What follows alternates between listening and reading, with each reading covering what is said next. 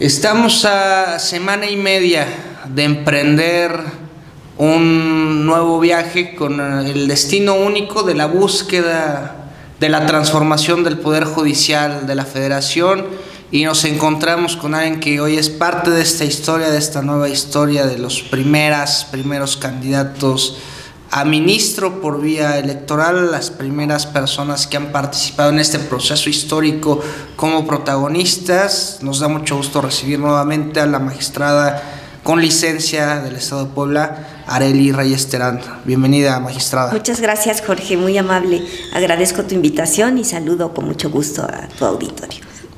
Ya la culminación, digamos, de todo este proceso muy complejo, lleno de críticas, lleno de frenos, lleno de resistencia del establishment a que se diera una renovación del Poder Judicial, y resta para celebrar esa fiesta democrática semana y media, pero han sido casi 2 meses de campaña, las primeras campañas en la historia del Poder Judicial.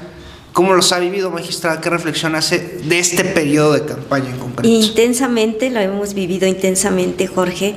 Comenzamos primero por convencer a las personas, a los grupos, y al principio no tenían o tenían muy poca idea de lo que era la elección, pero cuando uno les comenta y les platica que una decisión de la Suprema Corte les puede hacer perder ciertos derechos, como ha pasado en algunos temas como la ley del ISSSTE, etcétera, entonces la gente reflexiona y quiere saber más y se interesan más por la elección.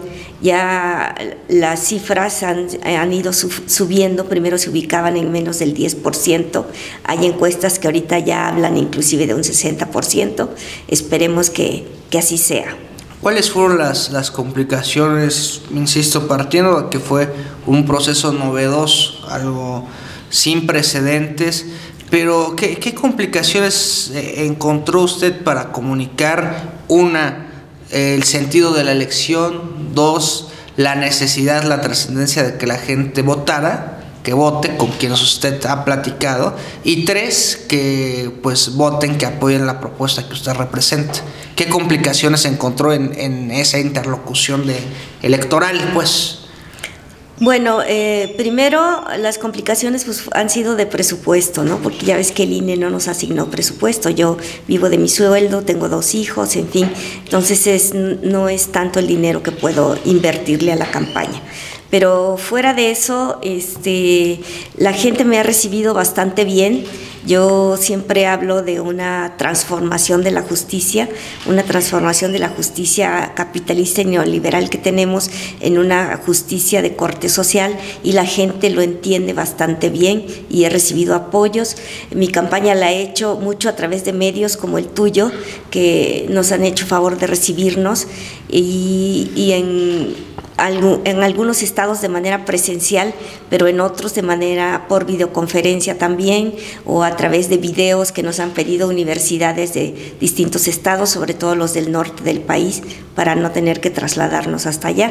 En fin, ha sido complicado, pero vamos bien. La gente se ha interesado mucho por mis propuestas.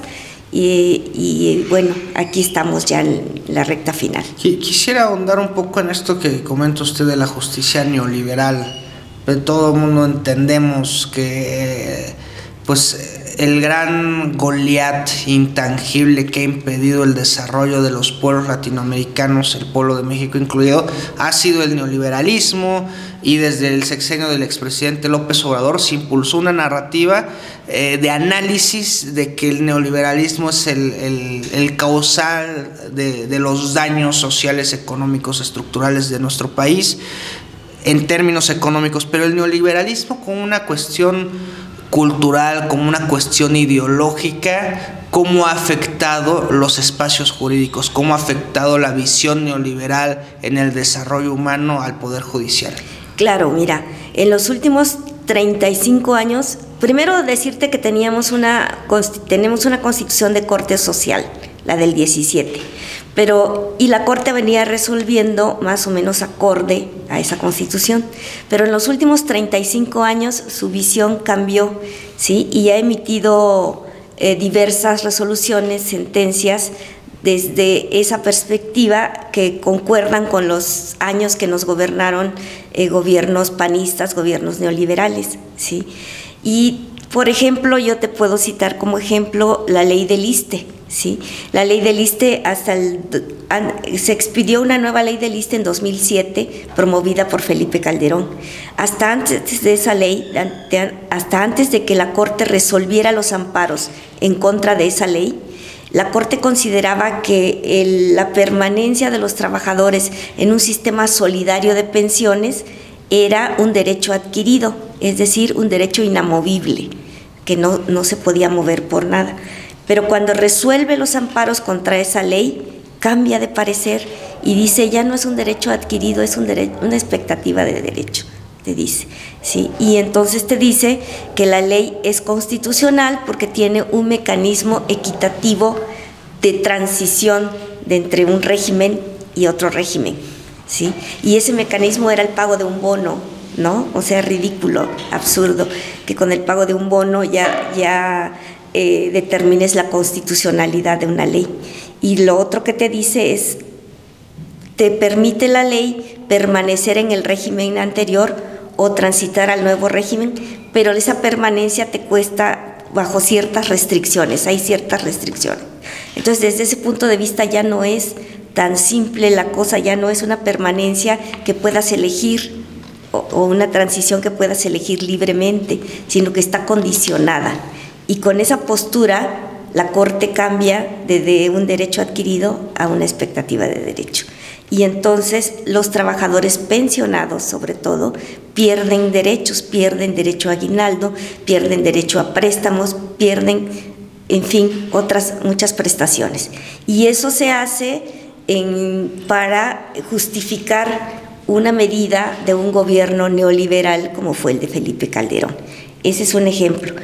Pero en el acto práctico, digamos, nos expone usted el sentido de la resolución bajo un esquema neoliberal, pero en términos individuales, es decir, ¿por qué se visualiza culturalmente fuera del gremio de los abogados, incluidos dentro de ellos los impartidores de justicia, al abogado socialmente con una visión de ser frívolo, ¿no? A veces hay incluso desconfianza de la sociedad en evitar cualquier lío jurídico, porque eso implicaría acudir a un abogado. Y hay un socialmente, insisto, una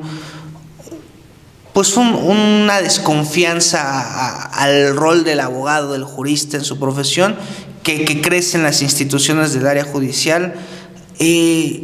¿Qué se promueve desde la cultura de la abogacía en términos neoliberales? ¿Qué actitudes no colectivas ve usted en el actuar individual, digamos? De los abogados litigantes. O las virtudes, ¿no? Entonces, de los abogados litigantes, pero en general que llega a impactar esa cultura abogacil hasta el Poder Judicial. Bueno, pues yo lo que veo es, por ejemplo, la defensa de personas, por ejemplo, las que se dedican al huachicol, ¿no? Entonces, ya también la abogacía no tiende a respetar o a velar por el interés social del país o por los grupos tradicionalmente discriminados, sino su visión es de que todo se puede comprar y todo se puede vender, y esa es una visión que ha trascendido también a las universidades, ¿sí?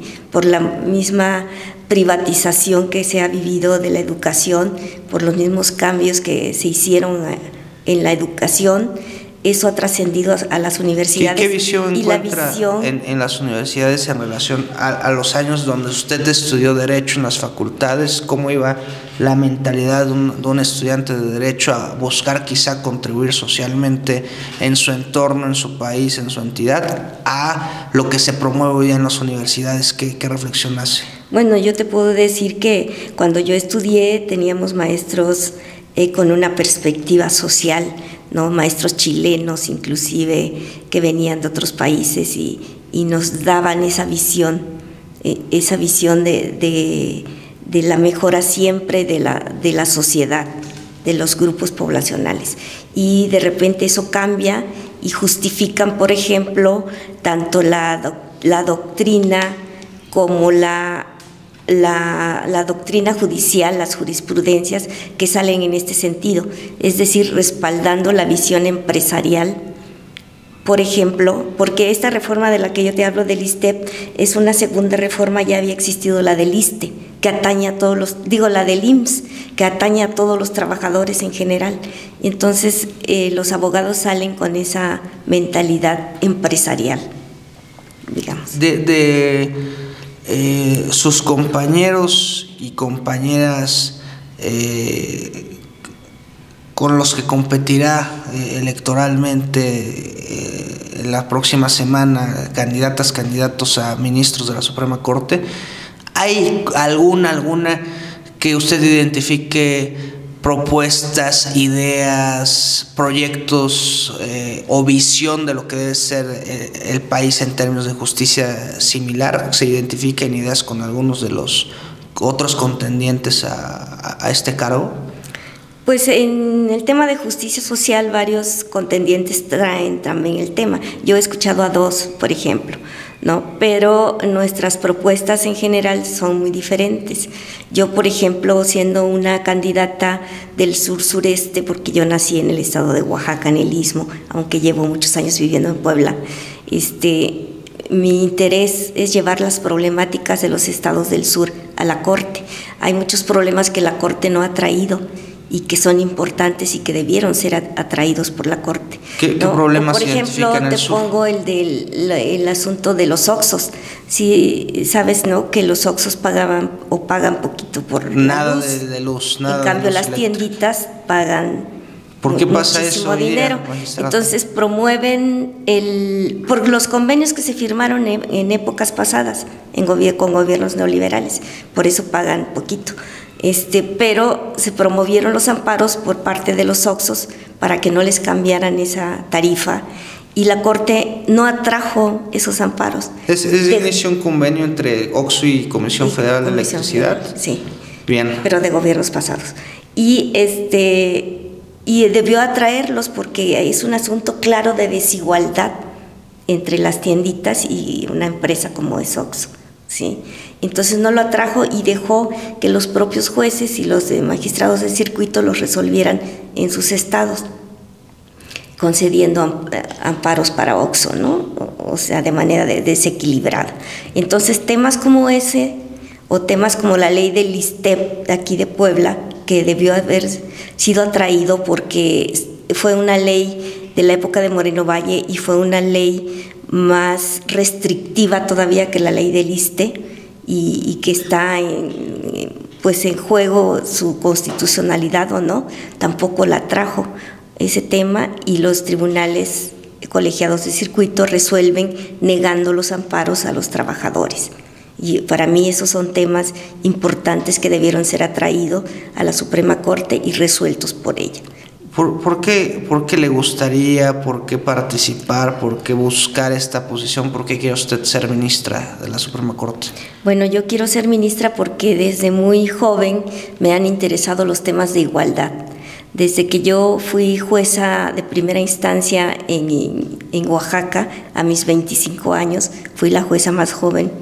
En ese entonces estuve adscrita a comunidades, en distritos de comunidades indígenas, por ejemplo, en Putla de Guerrero estuve más de 3 años, en la zona Mije también estuve, y a mí me molestaba mucho que en esa época la gente del Ministerio Público y la Policía Judicial subiera a la sierra y bajara con presos, con detenidos indígenas, ¿sí? Entonces me los ponía a disposición y muchas veces pues eran asuntos armados que yo tenía que resolver en favor de la comunidad indígena. Entonces esas desigualdades, por ejemplo, siempre me han interesado, me han preocupado, y aunado a eso, en todos los puestos que he estado he llevado el tema. Por ejemplo, cuando fui agente del Ministerio Público de la Federación, me interesaba mucho el tema de las mujeres en estado de prostitución. Sí, yo las entrevistaba ya en un plano en que ya estaban en libertad de poder hablar, y la mayoría de ellas, el 99%, estaban en prostitución de manera forzada, no de manera voluntaria. Entonces siempre me han interesado esos temas. Te puedo decir que en Oaxaca, por ejemplo, participé en una iniciativa para derogar el homicidio en estado de moción violenta que existía hace años, o el homicidio por honor, también se le conocía, que daba una pena atenuada a quienes asesinaban a sus parejas, ¿sí? Y salían inmediatamente de prisión bajo fianza. Entonces hicimos esa iniciativa y me tocó cabildearla en el Congreso allá para que se derogara el tipo penal y se les pudiera juzgar con una pena mayor. Entonces los temas de desigualdades, de igualdad siempre me han preocupado y siempre los he tenido presentes. Ahora como magistrada, por ejemplo, me preocupan mucho los temas de las pensiones del ISSSTE, ¿no? Por la ley que existe y porque se tarda mucho tiempo en que se les autorice una pensión. ¿Cuál es la deuda del sistema de justicia con los pueblos indígenas y cómo resarcir esa deuda? Pues muchos. Yo inicié mi campaña en una comunidad indígena en Cuetzalan y con muchas comunidades de alrededor. Y les preocupa mucho el tema de que no hay traductores suficientes y que muchas veces traducen mal lo que ellos dicen. Eso es un tema preocupante. Entonces yo tengo como propuesta llevar a la Suprema Corte, impulsar en la Suprema Corte y en todo el Poder Judicial, si me es posible, transversalizar ese enfoque intercultural, ¿sí? Esos conocimientos, ese cuerpo teórico de los pueblos indígenas, para que quien resuelva tomando en cuenta las realidades y las vivencias de las poblaciones indígenas. Esa es otra de mis propuestas. Otra también tiene que ver con el derecho de las mujeres a ser propietarias de tierras y territorios, que es un derecho pendiente. La mayoría de las tierras son ocupadas, son propietarios los hombres indígenas y las mujeres no. Entonces, velar por ese derecho también es algo que me preocupa mucho y que llevo presente. La discusión, una de las grandes discusiones insertadas a la deficiencia de la actual Suprema Corte de Justicia respecto al no pago de impuestos de la plutocracia mexicana, que han buscado ser evasores fiscales en todo momento. Y hay un caso que yo he escuchado en otras entrevistas en las que usted ha participado sobre Salinas Pliego, en el que entiendo usted tuvo una responsabilidad loable en hacer que pagara sus contribuciones que como mexicanos nos benefician a todos en este esquema de nación. ¿Nos puede platicar un poco de eso? Sí, así es. Durante mi gestión como administradora central de lo contencioso, me tocó conocer y llevar la defensa de un juicio promovido por Salinas Pliego. Él ya había perdido. Usted trabajaba en el SAT. En el SAT, de acuerdo. Exactamente. Él ya había perdido en sí el juicio del crédito fiscal. El crédito ya estaba resuelto a favor del SAT. Pero cuando le embargaron los bienes de Electra, él se va a un nuevo juicio. En ese juicio es en el que yo participo y en el que definitivamente se llega a que él pague casi 5,000 millones de pesos de impuestos. Ese es el juicio que a mí me tocó conocer, defender, alegar, en fin, llevar la defensa a favor del gobierno federal. ¿Qué complicaciones encontró en ese trayecto? Bueno, pues las mismas de siempre, ¿no? Ya ve que él es un poco, promueve una cosa, otra y va alargando el juicio, pero al final de cuentas, inclusive logramos que se desistiera porque ya lo tenía perdido. ¿Y qué reflexionas a partir de eso? ¿Ha sido una justicia, más allá del caso de Salinas Pliego, el sistema de justicia mexicano que defienda por el bien de todos primero a los pobres, o que ha defendido por el mal de todos primero a la oligarquía? Pues a eso me refiero cuando hablo yo de una justicia capitalista neoliberal, ¿no? Porque en ese caso ha defendido a un empresario, ¿sí? Ha defendido que no pague sus impuestos. No olvidemos que hubo un ministro que se guardó por 10 meses el expediente de Salinas Pliego y hasta la fecha no se resuelve. Entonces esa es una forma también de obstaculizar la justicia y es desde un punto de vista capitalista neoliberal, porque se defienden intereses de una oligarquía, de un empresario. Quizá el punto medular de los índices de impunidad que tenemos, o crucialmente un factor de los índices de impunidad que tenemos en México, es la no denuncia. Hay una amplia desconfianza ciudadana hacia las instituciones y eso se visualiza con los grandes porcentajes de no denuncias. ¿Cómo trabajar desde el sistema de justicia para promover una confianza, una credibilidad mayor hacia las instituciones y fomentar de inicio la acción primaria, que es la denuncia? Bueno, yo creo, y así se ha anunciado, que la siguiente reforma que viene es la reforma a las fiscalías, que es el lugar en donde se presentan las denuncias. Yo considero que esa reforma es muy importante y que a partir de ahí se van a definir muchas cosas, ¿no? Por el lado del Poder Judicial de la Federación, lo que tenemos es 90,000 procesos en los que no se ha dictado sentencia.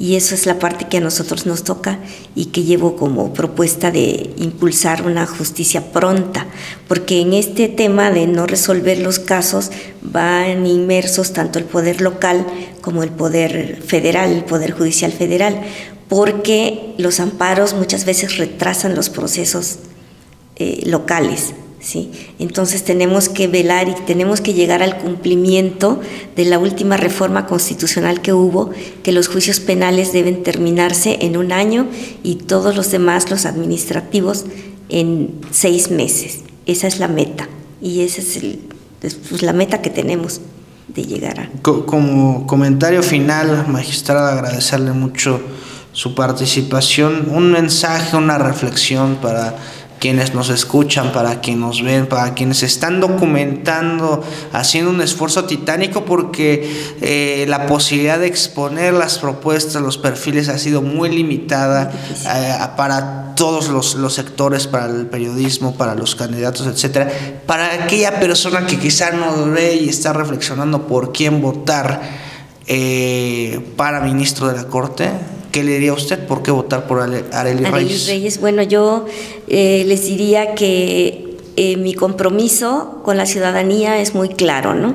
Poner mi experiencia, que son 40 años, mi experiencia de 40 años, al servicio de la gente, al servicio de una corte que tenga por objeto, en primer lugar, velar por el interés nacional, por aquellos temas que nos atañen a las mexicanas y los mexicanos en su conjunto, ¿sí? El tema de nuestros recursos naturales, por ejemplo, el tema de Pemex, el tema de la Comisión Federal de Electricidad, que son bienes comunes, ¿sí? Y por otro lado, que vele una corte que vele por los derechos de los amplios grupos poblacionales que históricamente han sido desprotegidos por la corte y vulnerados por el sistema neoliberal y patriarcal que existe. Entonces, mi propuesta es esa y yo los invito a votar el 1 de junio por la número 25 en la boleta morada, que soy yo, su servidora, Arely Reyes Terán, número 25, boleta morada. Muchas gracias. Pues le agradecemos mucho, magistrada, y nuestro reconocimiento por la gran labor realizada. Enhorabuena por este proceso. Muchas gracias, Jorge. Gracias. No dejen de votar, no dejen de ser parte de la historia y parte de la renovación de este caduco Poder Judicial. Vienen nuevos tiempos para la justicia mexicana. Este es El Ciudadano México. Comenten, compartan. Nos vemos la próxima. Muchas gracias.